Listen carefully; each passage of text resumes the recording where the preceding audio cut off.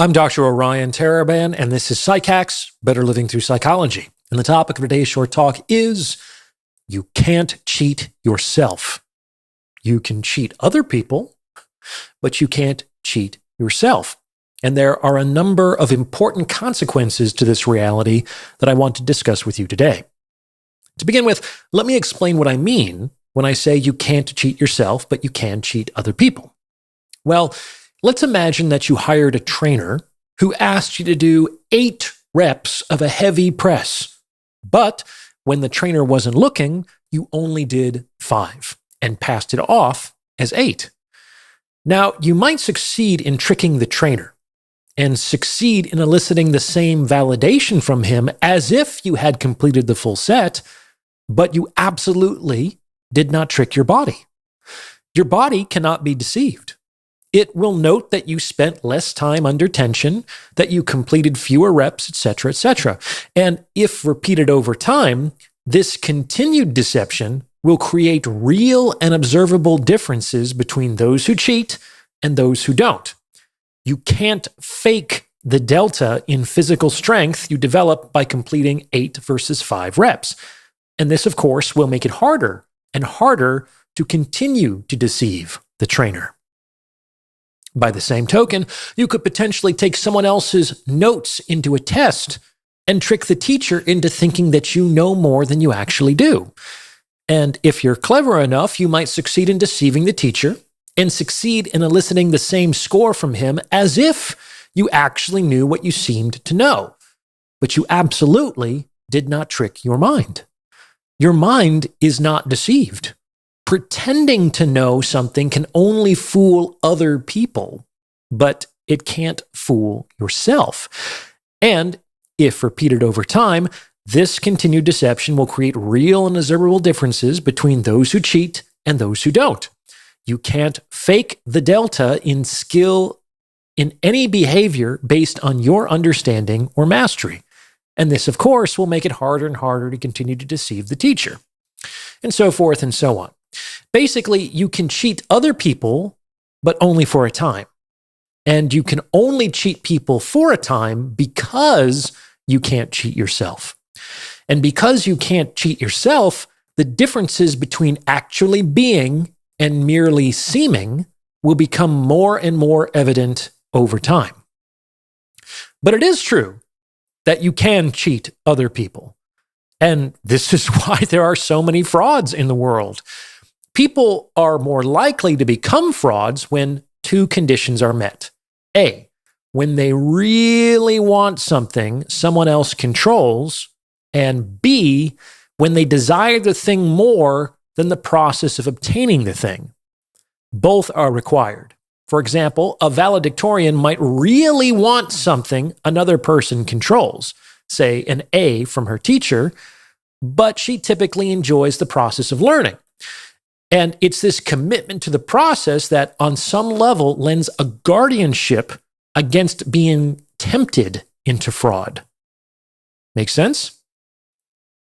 Now, people want all kinds of things from all kinds of people, and they learn from the time they are children that they can, at least some of the time, get those things by merely seeming as opposed to actually being. This is a risky gambit, but given the fact that seeming is almost always significantly less work than being, a certain percentage of people will always resort to fraud a certain percentage of the time. We can blame their morals or their character, but it's really an economic calculus, even if entirely unconscious, coupled with the satisfaction of the 2 criteria already discussed. You don't have to get angry if you understand. And what's more, your understanding is much more likely to create social structures to prevent fraud than your anger is. If you appreciate the insights on this channel, I would highly encourage you to get your hands on a copy of my book, The Value of Others. Over the course of 432 pages, I delve deep into my economic model of relationships and explain the behavior of both men and women in the game of mating and dating. I also provide a lot of actionable advice on how to get and keep more of what you want in the sexual marketplace. Once you read The Value of Others, you'll never look at relationships the same way again. Now available in ebook, audiobook, and paperback formats. The links are in the description. Now, to complicate this issue even further, it's sometimes the case that people actually are a certain way, but they don't seem a certain way. And this lack of seeming often causes them to get passed over in reality. People often say that we shouldn't be deceived by appearances, but my brother in Christ, what else are we to go on? That's like saying we shouldn't be deceived by empirical evidence, which, in order to be so, must appear to our instruments. People only have appearances to go on. They can't search your secret heart or your eternal soul. So don't chide people for using, really, the only source of data they can acquire to make their decisions. This means that to get the things we want from other people, we have to seem as well. In most cases, it's not sufficient to merely be. If they fail to keep up the proper appearances, people often don't continue to secure the interpersonal outcomes associated with being the thing itself. This means people can sometimes get what they want from others by seeming without being, and that they can sometimes fail to get what they want from others by being without seeming. And this is why, especially in cultures and communities that rely on short-term or anonymous relationships, we typically see a prioritization of seeming over being. And in cultures and communities that are founded upon long-term personal relationships, we typically see a prioritization of being over seeming. It's not really about values, because most people will only abide in their values at their own personal loss to a point. It's about a rational and often unconscious calculus with respect to risk, value, and other economic principles. Of course, the best would be to both be and seem to be as you are, right? Socrates once said that if you're concerned about other people's opinions, it's best to be as you would seem to others. And I would agree with that, as it's also typically easier to seem a certain way if you actually are a certain way. So how do we go about cultivating our being, especially in light of the fact that being is always more difficult and expensive than merely seeming? Well, as previously mentioned, it's a good thing to enjoy the process of becoming.